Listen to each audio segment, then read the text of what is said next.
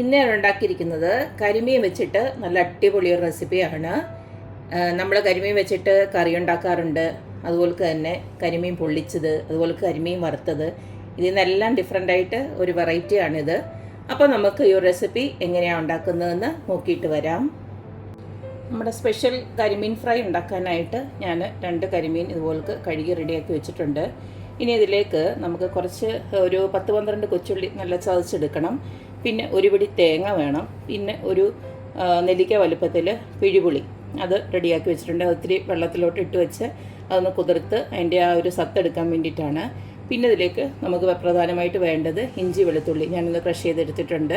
ഒരു ചെറിയ കഷ്ണം ഇഞ്ചിയും അതുപോലെ തന്നെ ഒരു 3-4 അല്ലി വെളുത്തുള്ളിയോടാണ് എടുത്ത് ക്രഷ് ചെയ്ത് വെച്ചിരിക്കുന്നത്. പിന്നെ ഒരു 3-4-5 പച്ചമുളകും പിന്നെ കറിവേപ്പിലയും. ഇത്രയാണ് നമ്മുടെ ഈ ഒരു ഐറ്റത്തിന് വേണ്ടത്. ഇനി നമുക്കിത് എങ്ങനെയാണ് ഉണ്ടാക്കുന്നത് നോക്കാം. അപ്പം ഇതുപോലെ ഒരു പാൻ ചൂടാക്കി ഇതിലേക്ക് ആദ്യം കുറച്ച് വെളിച്ചെണ്ണയാണ് ഞാൻ ഒഴിച്ചു കൊടുക്കുന്നത്. വെളിച്ചെണ്ണ ഒന്ന് ചൂടായതിന് ശേഷം നമുക്ക് ഈ സ്റ്റൗ ഒന്ന് ഓഫ് ചെയ്തിടാം. അതിനുശേഷം കുറച്ച് പൊടികൾ ഇതിനകത്തോട്ട് ഇട്ട് കൊടുക്കാം. ഞാൻ ആദ്യം തന്നെ കുറച്ച് മുളക് പൊടി ഇട്ട് കൊടുക്കുകയാണ്. നിങ്ങളുടെ എരിവിനനുസരിച്ചിട്ട് മുളക് പൊടി ഇട്ട് കൊടുക്കുക. ഞാനിപ്പോൾ ഒരു 1.5 സ്പൂണോളം ഇട്ട് കൊടുത്തിട്ടുണ്ട്. അടുത്തതിലേക്ക് ഇട്ട് കൊടുക്കുന്നത് ഉപ്പാണ്. ഇപ്പോൾ ഒരു 1/2 സ്പൂണോളം ഉപ്പിട്ട് കൊടുക്കുന്നുണ്ട്. ഇനി ഇട്ട് കൊടുക്കുന്നത് മഞ്ഞൾപ്പൊടിയാണ്. അതും ഒരു 1/4 ടീസ്പൂൺ വരെ ഇട്ട് കൊടുക്കാം. പൊടികളെല്ലാം ഒന്ന് ഇട്ടതിന് ശേഷം നമുക്ക് സ്റ്റൗ ഓണാക്കാം. ഇത് ചെറുതായിട്ടൊന്ന് ചൂടാക്കുക. ഇട്ട് കൊടുത്ത പൊടി ഒരിക്കലും കരിയാൻ പാടില്ല. ഇതുപോലൊന്ന് ചൂടാക്കിയതിന് ശേഷം ഇഞ്ചി വെളുത്തുള്ളിയും പച്ചമുളക് കറിവേപ്പില എല്ലാം അങ്ങോട്ട് ഇട്ട് കൊടുക്കാം.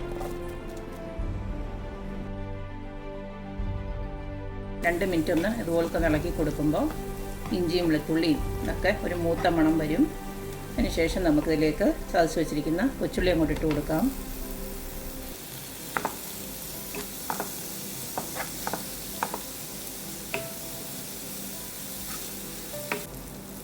അപ്പം നമ്മൾ ഇട്ട് കൊടുത്ത എല്ലാം നന്നായിട്ടൊന്ന് മൂത്ത് വന്നിട്ടുണ്ട്. ഈ സമയം നമ്മൾ നേരത്തെ റെഡിയാക്കി വെച്ചിരിക്കുന്ന പുളി ഉണ്ടല്ലോ, അത് നന്നായിട്ടൊന്ന് പിഴിഞ്ഞെടുക്കണം. എന്നിട്ട് ഇതിലേക്കൊന്ന് ഒഴിച്ചു കൊടുക്കുക.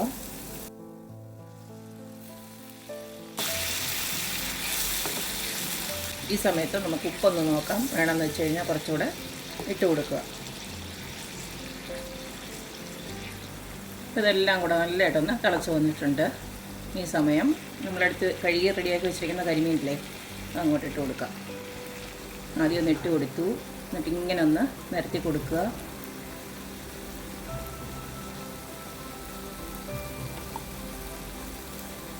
ഒരു വശം ഒന്ന് നിരത്തിയതിന് ശേഷം നമുക്കിതിനെ ഒന്ന് തിരിച്ചിട്ട് കൊടുക്കാം.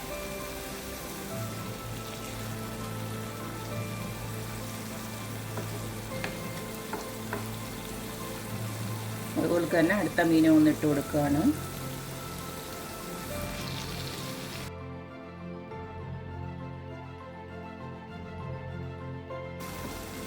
ഇതിനെ നമുക്ക് ചെറിയ തീയിലിട്ട് നന്നായിട്ടൊന്ന് വറുത്തെടുക്കണം. വറുത്തെന്ന് പറഞ്ഞു കഴിഞ്ഞാൽ ഒന്ന് വേവിച്ചെടുക്കുക.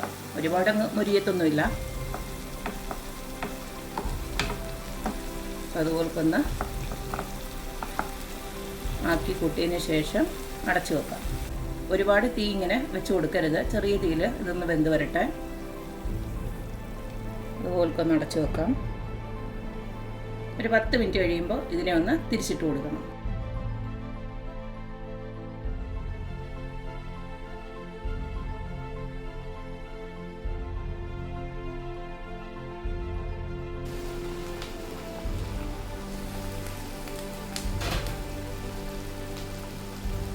അപ്പം നമ്മുടെ മീൻ 2 വശവും 10 മിനിറ്റ് വെച്ച് അടച്ചു വെച്ച് നമ്മൾ നന്നായിട്ട് വേവിച്ചെടുത്തു. കണ്ടില്ലേ, എണ്ണയൊക്കെ നല്ലതായിട്ട് തെളിഞ്ഞു വന്നു. ഇനി നമുക്ക് അവസാനമായിട്ട് ഒറ്റ കാര്യം കൂടെ ഉള്ളൂ. ഈ ഒരു തേങ്ങ തിരുമിയത് ഇതിനകത്തോട്ട് ഇട്ട് കൊടുക്കണം.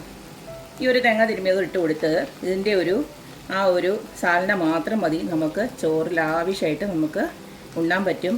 ഇനിയിപ്പോൾ തേങ്ങ തിരുമിയത് താല്പര്യമില്ലെങ്കിൽ അത് ഒഴിവാക്കാം, കുഴപ്പമൊന്നുമില്ല. നിങ്ങൾക്ക് ഇത്തിരി കൂടെ ടേസ്റ്റിൽ കഴിക്കണമെന്നുണ്ടെങ്കിൽ മാത്രം ഈ പറഞ്ഞ പോലെ തേങ്ങ ഇട്ട് കൊടുത്താൽ മതി. എന്നിട്ട് നമുക്ക് ചെറുതെ ഇതൊന്ന് ഇളക്കി കൊടുക്കാം.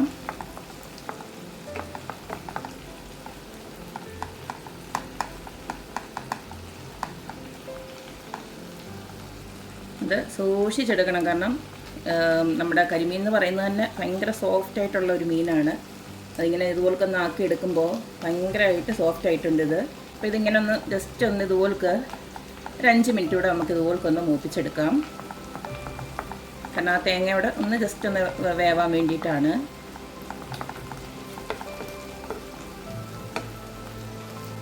നല്ല ടേസ്റ്റാണ്. ഞാൻ അതിൻ്റെ സാലിനെ ജസ്റ്റ് ഒന്ന് ടേസ്റ്റ് ചെയ്ത് നോക്കി. അബ്ബാരെ ടേസ്റ്റാണ് കേട്ടോ. അപ്പോൾ നമ്മൾ മീനിന് സെപ്പറേറ്റ് ഒന്നും ഈ പറഞ്ഞ പോലെ മസാലയൊന്നും തേച്ച് കൊടുക്കാതാണ് ഈ ഉണ്ടാക്കിയിരിക്കുന്നത്. ഇങ്ങനെ ഉണ്ടാക്കുമ്പോഴും നല്ല അടിപൊളിയാണ്. സാറിന് നമ്മൾ ഈ കരിമീനൊക്കെ ഉണ്ടാക്കുമ്പോൾ ഈ മുള്ള് കാരണം ഇത്തിരി ഒരു ബുദ്ധിമുട്ടാണ്. പക്ഷേ ഇങ്ങനെ ഉണ്ടാക്കുമ്പോൾ ഈ മുള്ളൊന്നും ഒരു പ്രശ്നമല്ല. കാരണം നല്ല സോഫ്റ്റായിട്ടിരിക്കുന്നതുകൊണ്ട് നമുക്ക് ഈസി ആയിട്ട് അത് മാറ്റിയെടുക്കാൻ പറ്റും. അപ്പോൾ എല്ലാവരും ഇതുപോലൊക്കെ ഒന്ന് ട്രൈ ചെയ്ത് നോക്കുക. ഇത് ചോറിനും ചപ്പാത്തിക്കും എന്തിന് പൊറോട്ടയ്ക്കും വരെ ഇത് നല്ല സൂപ്പർ ഒരു കോംബോ ആണ്. അപ്പോൾ എല്ലാവരും ഇതുപോലൊക്കെ ട്രൈ ചെയ്ത് നോക്കുക, അഭിപ്രായങ്ങൾ അറിയിക്കുക.